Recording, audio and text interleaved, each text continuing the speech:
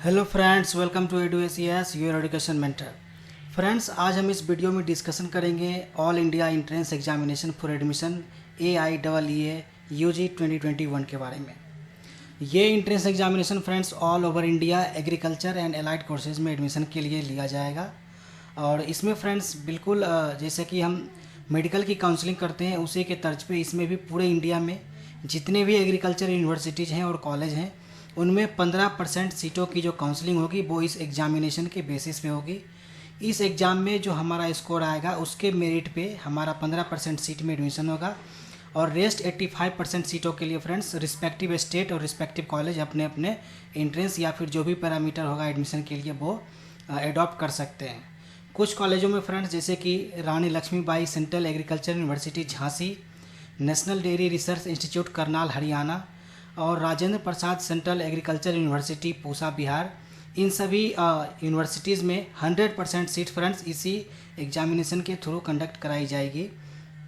और इसमें क्लॉज ये भी है फ्रेंड्स कि किसी भी पार्टिकुलर स्टेट में जितनी भी कैटेगरी हैं और जितनी भी स्ट्रीम्स हैं उसमें उस स्टेट के 40% से ज़्यादा बच्चे नहीं रहेंगे एक टाइम पे।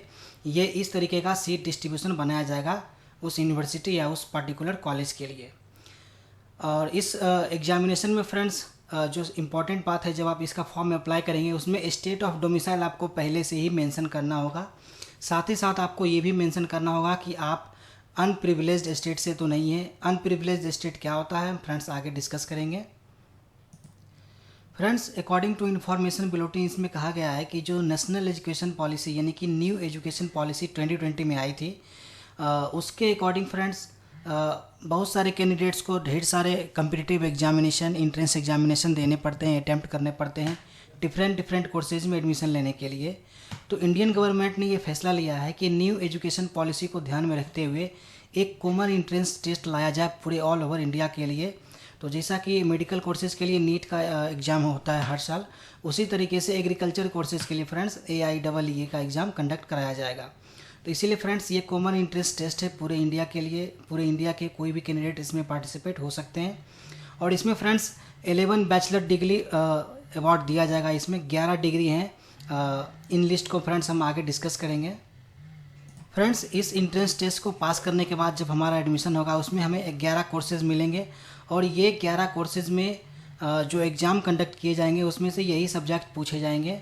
सबसे पहले है BSc ऑनर्स एग्रीकल्चर। इसमें हमारे पास 4 ऑप्शन है: physics chemistry biology, physics chemistry agriculture, agriculture biology chemistry और फिजिक्स केमिस्ट्री मैथमेटिक्स। तो इन चारों सब्जेक्ट्स में फ्रेंड्स हम कोई भी क्वेश्चन अटैम्प्ट कर सकते हैं, बट उसका सेक्शन बटा होगा और उसमें से हमें 3 सेक्शन उठाने होंगे और तीनों सेक्शन के जितने भी क्वेश्चंस होंगे लगभग 150 क्वेश्चन एग्जाम में आएंगे। तो हमें 150 क्वेश्चन अटैम्प्ट करना है, साथ ही साथ उसमें नेगेटिव मार्किंग भी है। तो आप यहाँ पे जितनी भी बैचलर डिग्रियाँ हैं आप यहाँ पे नाम देख सकते हैं। BSc एग्रीकल्चर है, BSc horticulture, BSc of bachelor of fisheries science, BSc honours forestry, BSc honours community science, इसे कहीं कहीं पे होम साइंस भी कहा जाता है। फूड न्यूट्रिशन एंड डायटिक्स, हालांकि इसका परमिशन मिलना अभी बाकी है national agriculture education accreditation board से। फिर अगला है BSc honours sericulture, BTech agriculture engineering, BTech dairy technology, BTech food technology, BTech biotechnology. इन सभी कोर्सेज़ के लिए जो एग्ज़ाम लिए जाएंगे फ्रेंड्स उनके सामने सब्जेक्ट का नाम दिया हुआ है। इन सब्जेक्ट के जितने भी सब्जेक्ट हैं उनके क्वेश्चन अटैम्प्ट करके आप ये एग्ज़ाम क्वालिफाई कर सकते हैं। इस एंट्रेंस एग्जामिनेशन के थ्रू किस किस कॉलेज में और किस किस यूनिवर्सिटीज़ में एडमिशन मिलेगा फ्रेंड्स, आप इन्फॉर्मेशन बुलेटिन डाउनलोड करेंगे UG का, उसमें एनेक्सर 14 में सारे कॉलेज की लिस्ट दी हुई है। हालांकि इस वीडियो में भी हम उस कॉलेज का नाम डिस्कस करेंगे फ्रेंड्स। अब बात करते हैं UPS यानी कि अनप्रिविलेज्ड स्टेट्स की। बहुत सारे कैंडिडेट्स को ये कन्फ्यूजन आ रहा है कि ये अनप्रिविलेज्ड स्टेट्स क्या है और हम कैसे पता करें कि हम अनप्रिविलेज्ड स्टेट से हैं या नहीं है।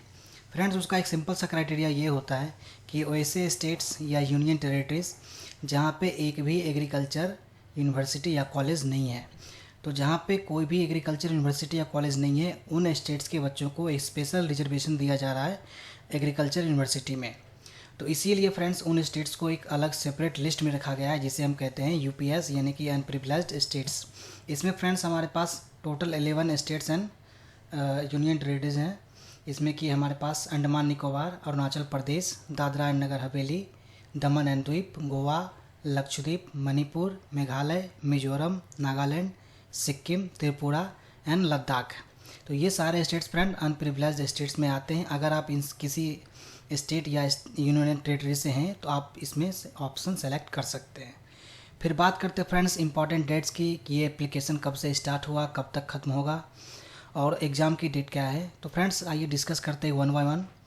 सबसे पहले फ्रेंड्स ऑनलाइन एग्जामिनेशन के लिए जो एप्लीकेशन मांगी गई है उसकी एप्लीकेशन की डेट फ्रेंड्स यहाँ पे आप देख पा रहे होंगे 25 जुलाई, यानी कि कल से ये एप्लीकेशन स्टार्ट हो चुका है और ये 20 अगस्त तक एप्लीकेशन चलेगी।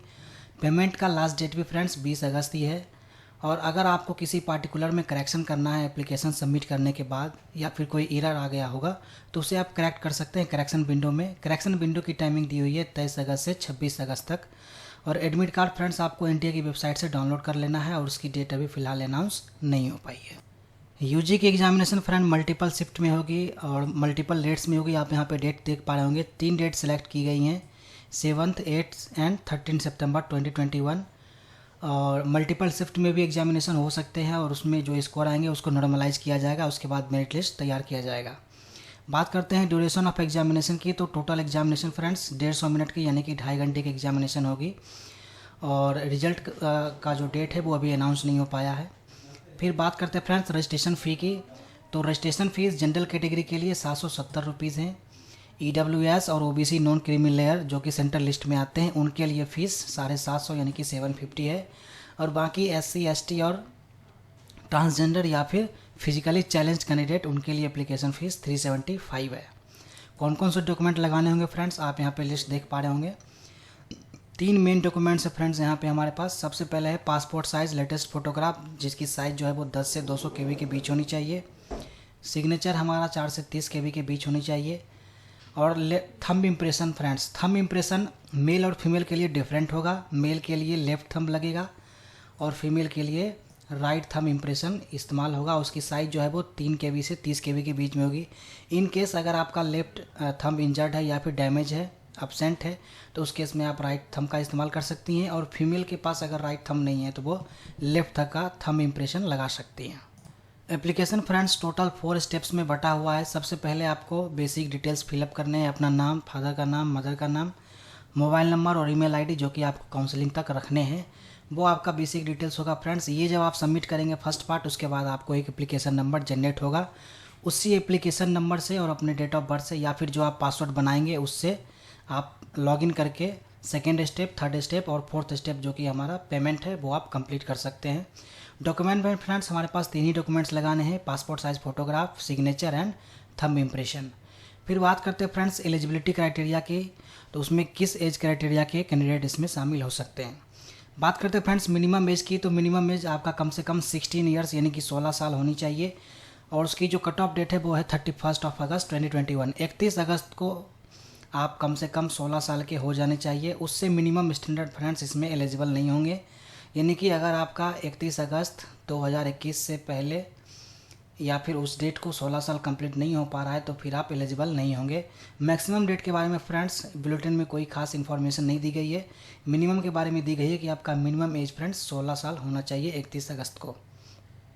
फिर बात करते हैं फ्रेंड्स एग्रीगेट परसेंटेज की, तो 12th में एग्रीगेट परसेंटेज अगर आप general, OBC non creamy layer या फिर अनप्रिविलेज्ड स्टेट्स EWS कैटेगरी से हैं तो आपके लिए एग्रीगेट परसेंटेज 12th में 50% होना चाहिए। इसमें फ्रेंड्स सब्जेक्ट की कोई बाउंडेशन नहीं है, किसी पर्टिकुलर सब्जेक्ट के बारे में कोई डिस्क्रिप्शन नहीं है। आपका ओवरऑल परसेंटेज 12th का 50% होना चाहिए। और अगर आप SC, ST, थर्ड जेंडर या फिर फिजिकली चैलेंज कैंडिडेट हैं तो उसके लिए 40% होना चाहिए। मोड ऑफ एग्जामिनेशन फ्रेंड्स इस बार ऑनलाइन होगा, यानी कि जैसा कि नीट का एग्ज़ाम ऑफलाइन होता है यहाँ पे ये एग्ज़ाम ऑनलाइन होगा। कंप्यूटर बेस्ड टेस्ट होगा MCQ फॉर्मेट में, उसमें आपको टोटल 150 क्वेश्चन देखने को मिलेंगे और एक क्वेश्चन 4 मार्क्स का है, तो यानी कि टोटल मार्क्स आपका 600 हो गया।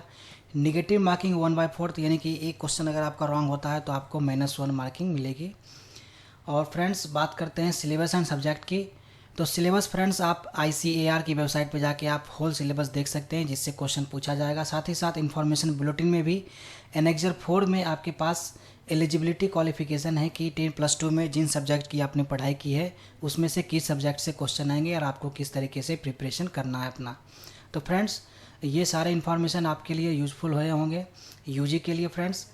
तो I hope this is all for today guys, thank you.